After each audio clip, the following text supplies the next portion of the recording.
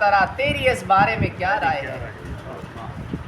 ابا میرا بیٹا آپ کی کیا رائے ہے اس میں؟ رب کعبہ کی قسم آج اگر ہم اپنی اولاد کو یہ جملہ کہیں تو اس کا نتیجہ اور رزلٹ کیا ہوگا وہ تو ہمیں معلوم نہیں۔ قربان جائیں حضرت اسماعیل خلیل اللہ کی تربیت پر۔ جب باپ نے پوچھا فانظر ماذا ترا، تو اسی وقت جواب دیا یا ابتی فعل۔ جس طرح آپ نے کہا تھا یا بنیا، اسی سیکوینس میں آپ نے بیٹے نے جواب یا ابتی فعل، او میرے ابا جان افعل ما تؤمر، وہی کچھ کر گزریے جو کچھ اللہ نے آپ کو حکم دیا ہے۔ مفسرین کرام فرماتے ہیں آپ یہ بھی کہہ سکتے ہیں افعل ذبیحی، ابا جان مجھے ذبح کر دیں، کیونکہ حکم بھی ذبح کا آیا تھا، لیکن بچے کی تربیت پہ قربان جائیں۔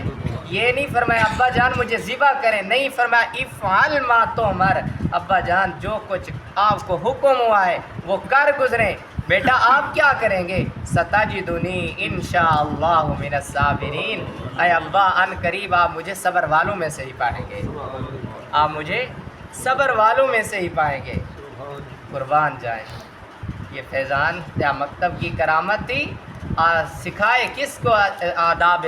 اسماعیل کو کس نے سکھائے؟ آداب فرزندی۔ اقبال کہتا ہے کہ اسماعیل کو کس نے سکھائے اتنے بڑے آداب؟ اتنے بڑے آداب ماں باپ کے کس نے سکھائے؟ کیونکہ یہ وہی دعا تھی جو نبی مانگ رہا تھا، ربی ہب لی من الصالحین، اللہ مجھے نیک اولاد عطا فرما۔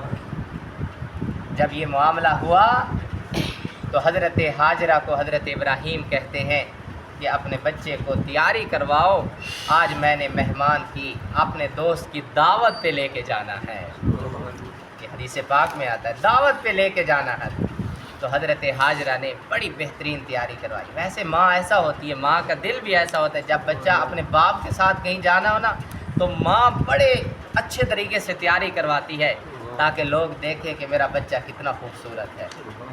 جب تیاری کروائی گئی، تیاری کروا کے آپ وادی مکہ سے باہر جا کے وادی منا میں جاتے ہیں۔ جب وادی منا میں جاتے ہیں بیاباں ہے اور پہاڑ ہے، تڑپتی ہوئی ریت ہے، جب وہاں پہ لے گئے تو باپ بیٹا دونوں کس بات پہ راضی ہوئے؟ قرآن کہتا ہے فلما اسلما، بس جب دونوں اس بات پہ راضی ہو گئے۔ کس بات پہ؟ کہ بیٹا کیا کر رہا ہے؟ ذبح ہونے کے لیے تیار ہو گیا، باپ ذبح کرنے کے لیے تیار ہو گیا۔ قربان جائیں، قربان جائیں۔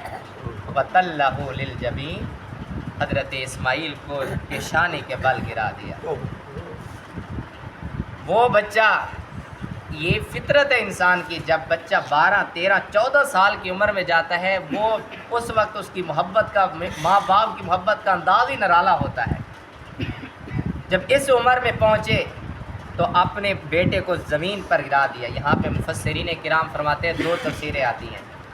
جبین کا مطلب ہوتا ہے آپ نے الٹا گرا دیا، آپ ذبح کرنا چاہتے تھے تو آپ کی گردن مبارک کو پیچھے سے ذبح کرنا چاہتے تھے۔ قربان جائیں جب ایسا ہوا حضرت اسماعیل نے کہا ابا جان ذرا ٹھہریے، ذرا ٹھہریے، میری کچھ شرائط ہیں۔ حضرت ابراہیم خلیل اللہ پریشان ہو گئے، کہیں میرا بچہ ڈر تو نہیں گیا، میرا بچہ کہیں ڈر تو نہیں گیا۔ جب یہ بات کہی تو قربان جائیں حضرت اسماعیل نے کہا کہ اے ابا جان ایسا کیجئے کہ مجھے اشتدا، کہ مجھے رسیوں سے باندھ دیجئے۔ ابا جان اس کی کیا وجہ ہے؟ فرمایا موت بڑی ہی تکلیف دہ ہوتی ہے کہ وقت موت میرے پھڑکنے سے کہ میرے خون کے قطرے آپ کے مبارک قمیض پر نہ آ جائیں، اور آپ یہی خون والی قمیض جا کر میری ماں کو دکھائیں گے تو وہ غمگین ہوگی، کیونکہ 90 سال کے بعد بڑھاپے میں اللہ نے اولاد عطا کی ہے۔ آج میرے خون کے قطرے دیکھ کر میری ماں غمگین ہوگی۔ ابا جان آپ مجھے رسیوں میں باندھ دیں تاکہ میں وقت مرگ بھڑکوں نہیں، اور میرے خون کے جو چھینٹے ہیں وہ آپ کی مبارک قمیض پر نہ آ جائیں۔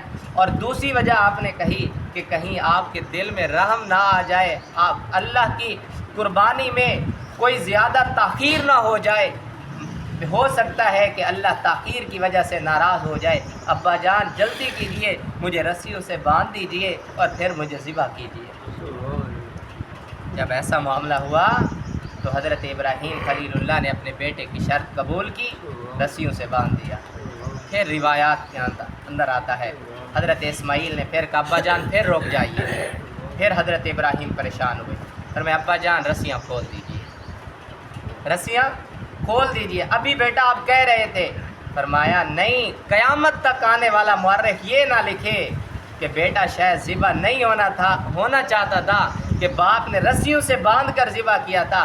ابا جان میری رسیاں کھول دیے، آپ اپنا کام کریے، انشاءاللہ میں وقت مرگ اور ذبح ہوتے وقت میں پھڑکوں گا بھی نہیں، خون کا قطرہ بھی آپ تک نہیں پہنچے گا، اللہ، تاکہ قیامت تک کا مورخ یہ نہ لکھے۔ اللہ اکبر۔ جب یہ معاملہ سارا طے ہوا، حضرت ابراہیم خلیل اللہ نے چھری لی۔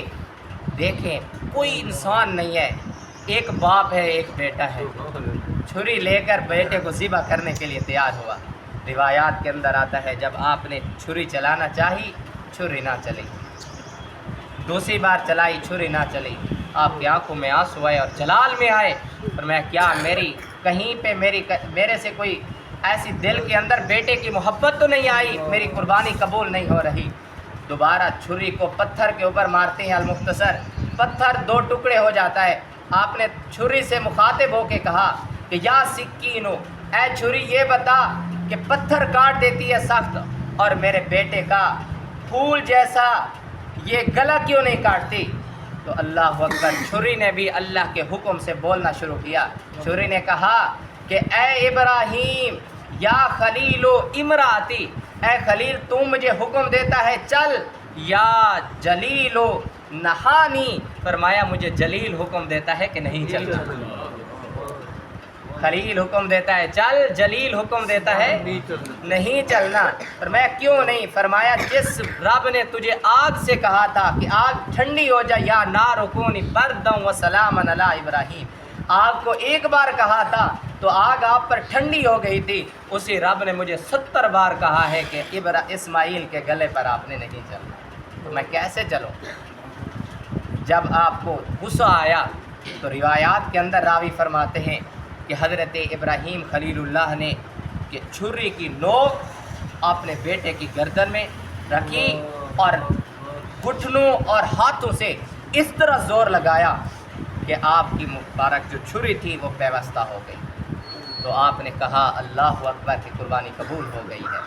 جب اپنے مبارک چہرے سے پٹی ہٹائی تو حضرت اسماعیل ادھر ہنس رہے تھے اور حضرت جبرائیل مینڈا لے کے آئے ہوئے تھے، اور جب دیکھا خوشی سے تو حضرت اسماعیل نے کہا اللہ اکبر اللہ اکبر، ادھر حضرت ابراہیم نے کہا لا الہ الا اللہ واللہ اکبر، ادھر حضرت جبریل جو مینڈا لے کے آئے تھے فرمایا وللہ الحمد۔ اس طرح اللہ نے قربانی فرمایا کہ وفدیناہ بذبح عظیم، ہم نے عظیم فدیہ عطا فرمایا، وترکنا علیہ فی الآخرین، اور آنے والوں کے لیے ہم نے نشانی چھوڑ دی ہے۔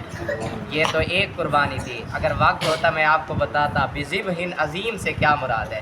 تفسیر امام بیضاوی علیہ رحمہ فرماتے ہیں کہ اس سے مراد یہ تھی کیونکہ اللہ نے اپنے نبی آخر الزمان کا مبارک جسد پاک حضرت اسماعیل کی پشت میں رکھا، تو اللہ تعالیٰ نے کہا میں نے عظیم ذبیح دے کر اپنے نبی آخر الزمان کی مبارک نسل کو وہاں تک چلانا تھا۔ اور بعض روایات کے اندر آتے ہیں کہ حضرت امام علی مقام حضرت امام حسین کی روح مبارک نے عالم ارواح میں کہا تھا کہ اے اللہ آج میرے دادا اسماعیل کو بچا لے کہ کربلا کے مقام پر آپ کے فدیہ کے طور پر میں 72 دن دے دوں۔